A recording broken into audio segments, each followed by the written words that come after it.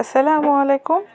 আমি আজকে তৈরি করছি সরিষা ফুলের পাকোড়া। আমি এখানে কিছু তাজা সরিষা ফুল নিয়ে নিয়েছি। সরিষা ফুলগুলোকে ধুয়ে পানি ঝরিয়ে রেখেছি। দেখুন, এরকম হবে।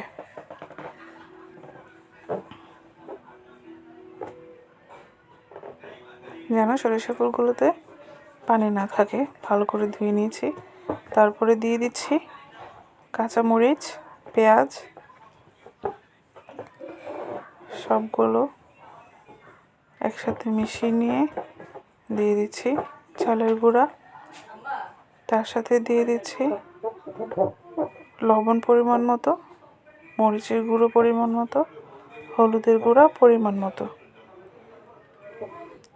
আর একটু জিরার গুঁড়ো দিয়ে দিলাম। এখন সরিষার ফুলগুলো দিয়ে মিশিয়ে নিব। আমার মেশানো শেষ। এখন প্যানে তেল দিয়ে গরম করতে দিয়ে দিচ্ছি। এরকম করে সরিষা ফুলগুলোকে মাখিয়ে দিবেন, প্যানে দিয়ে দিবেন।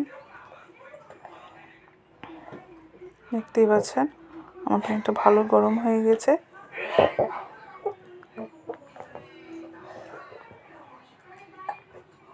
তেলে একে একে সবগুলো পাকোড়া দেওয়া হয়ে গিয়েছে।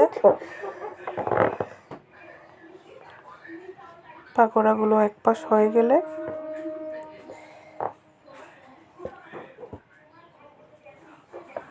বাদামি রঙের করে ভেজে নেবেন। তারপরে আস্তে আস্তে উল্টে দিবেন।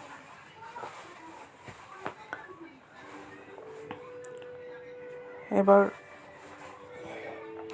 চুলার আঁচটা একদম কমিয়ে দিবেন।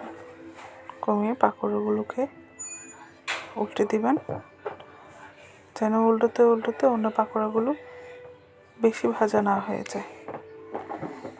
ব্যাস, আমার সবগুলো পাকোড়া ভাজা কমপ্লিট।